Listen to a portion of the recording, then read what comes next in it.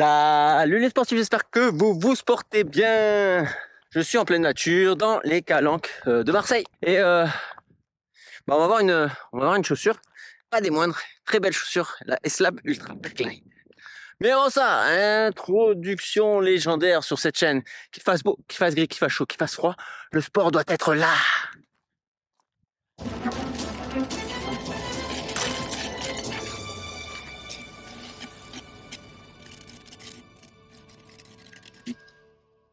On voit une chaussure, comment dire, très confortable, qui va devenir, je pense, une légende, qui une petite révolution pour moi, à mes yeux, chez Salomon, cette S-Lab qui vient ajouter une touche de confort et pas des moindres, exceptionnelle.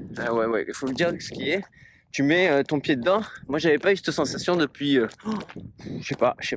J'aurais tendance à dire pour les boomers, la grande époque de Oka avec sa chaussure, où tu mets ton pied dedans, t'as l'impression d'avoir.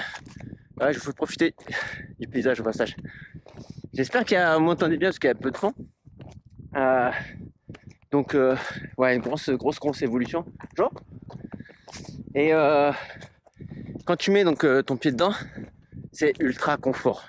Ultra dans tous les sens du terme, parce qu'il y a le prix qui est ultra fort aussi, 250 € prix public. Est-ce qu'il va y avoir des promos ou autre, sans doute. Dans tous les cas, je mettrai des liens dans la description pour vous en dire un petit peu plus. Niveau de la taille, je suis sur du 42, 2 tiers.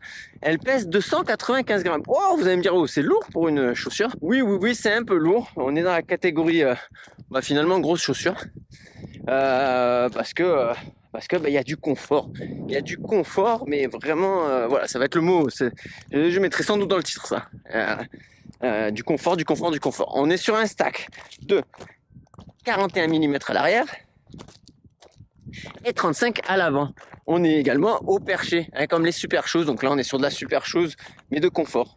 Le drop, 6 mm. Pas tout à fait standard, mais pas loin.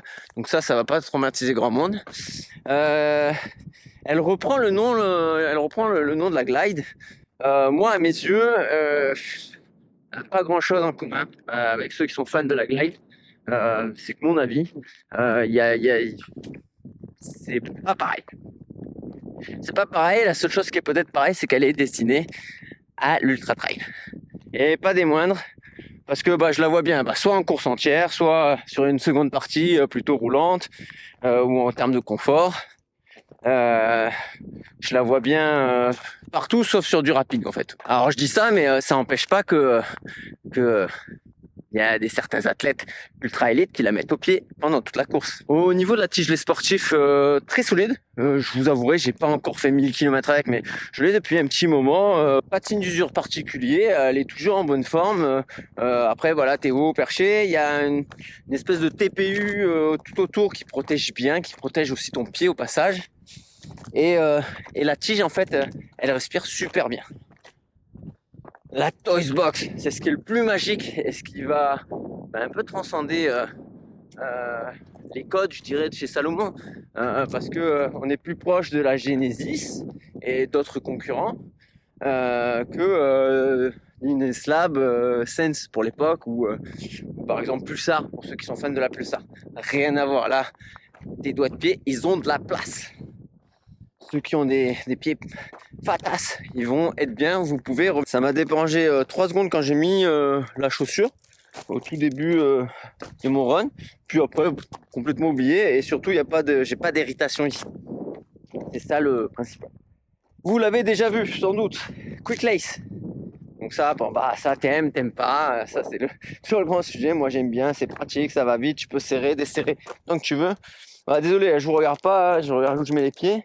Dans tous les cas, tu peux changer et mettre tes propres lacets. La semelle intermédiaire répond très bien.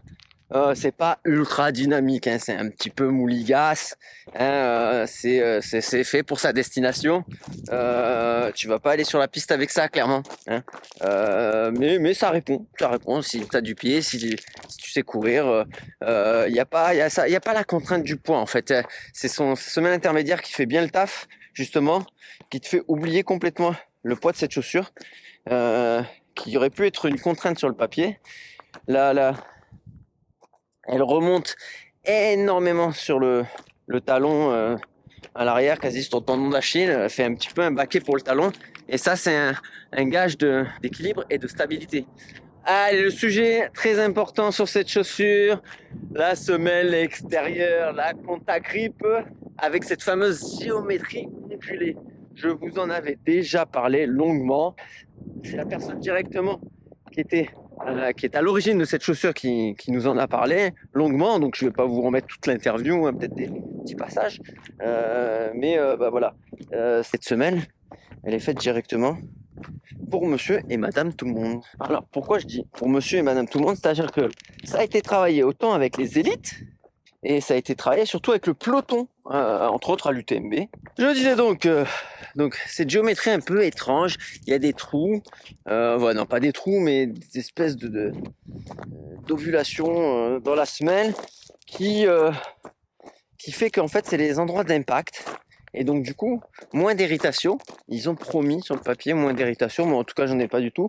Mais après, il faut dire ce qui est. Avec beaucoup de chaussures, j'ai jamais eu de problème particulier à ce niveau-là. Donc là, c'est plutôt le retour, il sera plutôt par monsieur et madame tout le monde qui nous diront, peut-être toi, derrière ton écran, quand tu auras testé cette chaussure, qui d'habitude fait 2 tonnes d'ampoule à certains endroits, et tu n'as absolument pas d'ampoule. Si c'est le cas, bah voilà, merci de le partager en commentaire. Tu nous diras si ça marche bien. Parce que là, pour moi, pas de problème en tout cas. Cette Ultra Glide se place sur un segment un peu différent, au-dessus de la Genesis. Elle n'a pas le chausson comme celle-ci. C'est un des points que je regrette un peu. Alors si t'aimes pas le chausson, l'effet chaussette, hein, l'espèce de gâtre qui vient par-dessus, oui, bon, bah, tu seras content.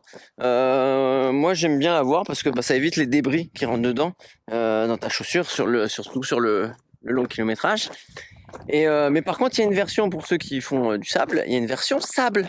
Ouais, sportive, donc cette chaussure, on lui a mis des kilomètres, beaucoup de choses à dire. Je vous en dis un petit peu plus à l'écrit.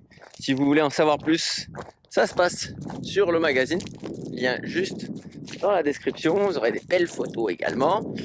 Si vous voulez me suivre mes aventures, hein, les gens qui me suivent sur les réseaux sociaux le savent déjà.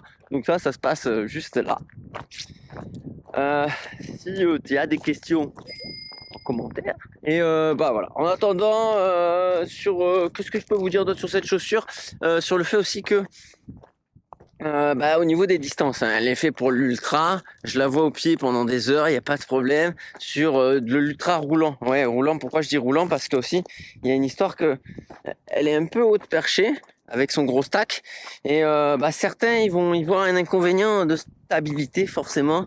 Des chevilles un petit peu qui partent dans tous les sens. Si t'as pas l'habitude de ce genre de chaussures, si t'as plutôt l'habitude d'être à plat, ça va te faire un peu drôle. Et sur du très technique, là, comme je suis ici au Calanque, ça peut vite faire mal. Donc à faire attention sur le technique. Sur le technique, justement, ça sera plutôt une Genesis qui sera plus dynamique, plus proche du sol, et un petit peu plus stable. Par contre, sur du roulant, elle est juste top, quoi. Elle est juste top. Voilà. Donc, est-ce que le prix est justifié? Oui, par rapport à la recherche-développement et par rapport à l'interview, encore une fois, que je te redis, que j'avais vu avec son développeur, parce que ils ont fait une recherche de ouf, quoi. C'est pas une chaussure, c'est pas une chaussure où ils ont changé la couleur et puis ils nous ont mis 1 millimètre par-ci, 1 millimètre par-là et hop. Non. Là, pour moi, je vais dire pour une fois, hein, je parle pas pour Salomon, hein, mais je parle pour l'entreprise. Là, ils ont vraiment mis un coup. Ils ont vraiment effectué un gros travail sur celle-ci. Ouais, sportif, je profite d'être à la montagne pour tester donc ces chaussures, donc ces propriétés dans la neige, puisque sont données pour tout faire, hein, clairement. Et je regrette pas. Je regrette pas de les avoir prises dans la neige. Bon, évidemment, elles sont pas faites pour aller dans la grosse puff, hein, puisqu'il n'y a pas de guêtres. Tu peux peut-être les rajouter. J'y ai pas réfléchi. Là, je suis sur les à côté de piste, pas trop profond. Et c'est double moelleux. C'est déjà exceptionnellement confortable. Là, sur une belle neige un peu moelleuse, ça passe encore mieux. Et le grip, un petit effet waouh, hein. Je vous cache pas que je sais pas si c'est l'effet des les fameuses bosses là, dans le grip, mais en tout cas, il y avait une partie dans la forêt avec de la glace, et ben ça tient bien, enfin de la glace, pas super lisse, hein, évidemment, il y a aucune chaussure qui tient là-dessus, hein, c'est une patinoire, mais de la glace un peu formée, un peu craquante, ben, ça tient quand même. Là en live, je suis en train de descendre et ouais, je glisse pas, alors que je suis sur concrètement, je suis sur les pistes là, coucher de soleil, fermeture de piste, et voilà, super, elles sont super agréables et elles marchent bien donc sur neige. Voilà, bon, allez, on retourne au débrief sur Terre. Hein. Bon voilà, outro à rallonge aujourd'hui, et puis parce que je vous fais profiter. Dis-moi aussi en commentaire si la version un peu version extérieure comme ça, là où je suis pas en studio, ça te plaît. Moi en tout cas, je me régale de vous le partager puisque je suis en balade en même temps, je fais un peu de trail et puis ça me permet de respirer, de faire une petite pause pendant que je vous parle. Je vous dis bonbons et saucissons, portez-vous bien surtout, machina.